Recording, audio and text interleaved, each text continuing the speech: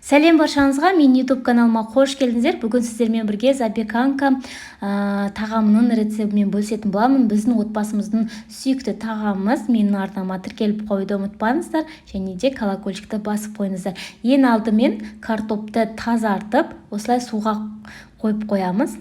Қайнап піскенін күтеміз. Содан соң жуаны кубиктап тураймыз. Бірінші мен заттарды алдын ала дайындап аламын. Әр қайсысын жеке-жеке қуырып аламыз.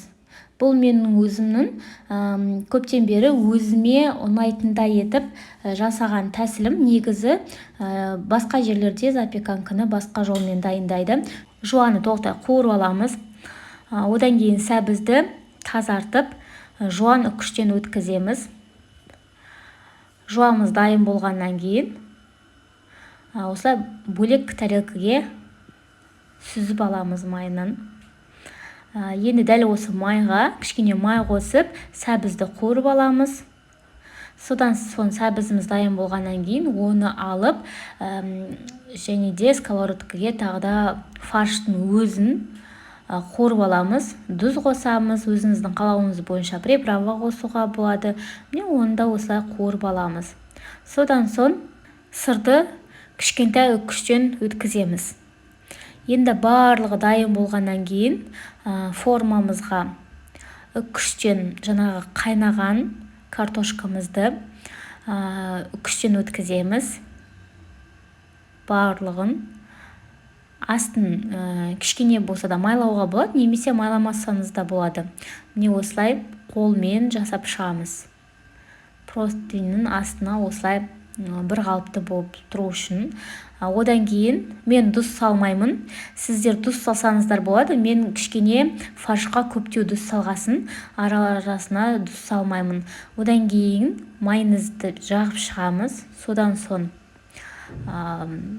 фаршты саламыз. Фаршты мейлінше майынан ажыратып барып салыңыздар, әйтпесе майлы болып шығады.